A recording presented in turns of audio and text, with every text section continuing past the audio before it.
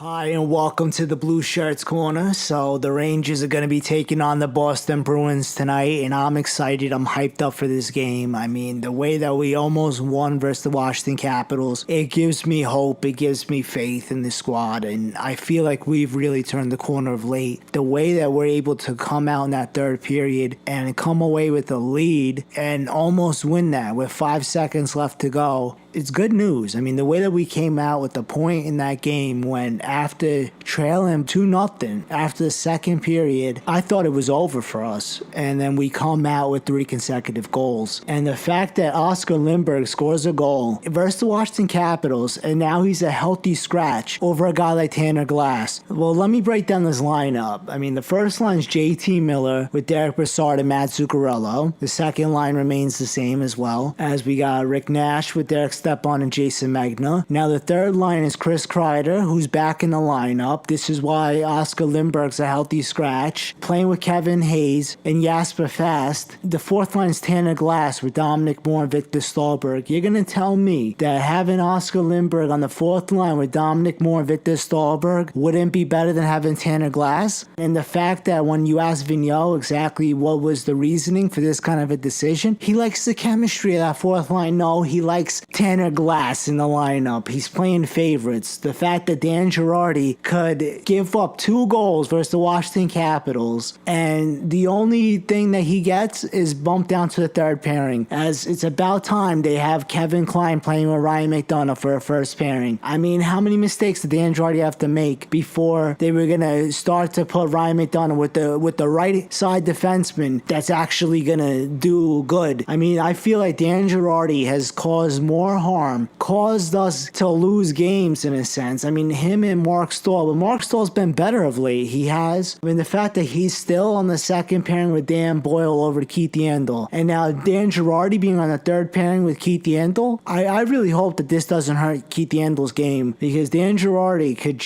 he can make it the best defenseman start to look like they've lost their game because they're trying to pick up the slack that he's causing. I mean, the fact that he could just be caught up the ice versus the Washington Capitals, the fact that he could pass the puck right on the tape for Ovechkin, like he literally set Ovechkin up for a goal. It's mind-boggling that he's still in this lineup over Dylan McIlrath, especially the way that we all know that Dylan McIlrath, the last time he played the Boston Bruins, he's the guy that stepped in there after that dirty hit on Stepan and put a beating on Matt Berleski and did what was supposed to be done. I mean, this is a Boston Bruins team that's a big team, okay? We need our big guys in this lineup. Why is Dylan McIlrath still watching from afar? He's still in the press box, and it's just, when's enough going to be enough? Like, does Dan Girardi have to just get injured again for Dylan McIlrath to finally get to play? And, I mean, I'm just waiting on the day that Dylan McIlrath is going to be a stay in the lineup. I mean, Dan Girardi, clearly, you saw it in the first year under Vigneault that Dan Girardi regressed. And here we are 3 years later, and he hasn't gotten any better. He's only gotten worse. And now I'm just really hoping that this guy doesn't cause any harm in a game like this, because this is a Boston Bruins team we have to be careful of. We really do. I mean, Henrik Lundqvist is in net, and when a guy Dan Girardi's leaving him out to dry, Henrik Lundqvist tends to overcommit on a certain play to try to pick up the slack that Dan Girardi is causing. And he's made McDonough's game regress.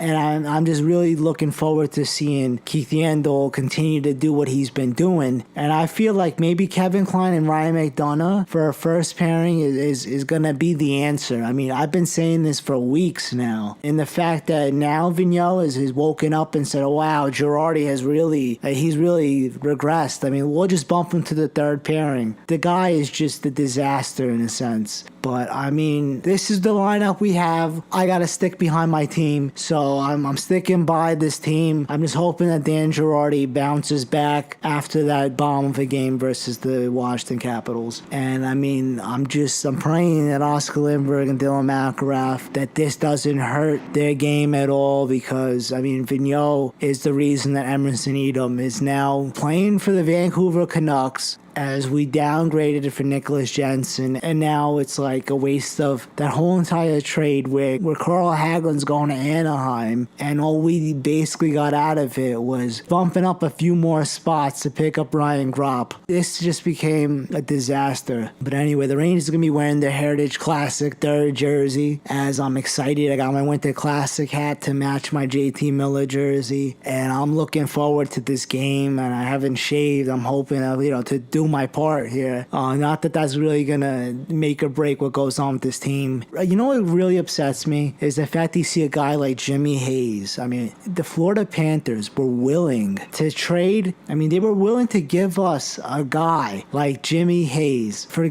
Cam Talbot, but instead they give Cam Talbot up for 3 third-round draft picks. And now you look at a guy like Jimmy Hayes, like the way he scores a hat trick, one of these games, I think it was like last week, we could have had this guy. And I feel like having a guy like Jimmy Hayes would have just made up for just about everything that just happened the last few days with Emerson Edom and in the offseason, the guys we traded away. I'm just hoping that in the long run that this kid Nicholas Jensen winds up being a gem or something, or a blue chip prospect, which it's a pipe dream at this point. But I mean, I'm just hoping that a guy like Ryan Gropp really becomes one of those guys and makes up for the fact that we traded away a guy like Carl Hagelin just because we couldn't afford to keep him. But we'll keep these cap-heavy defensemen like Dan Girardi. Anyway, I'm going to keep everybody posted. Just remember, let's go Rangers.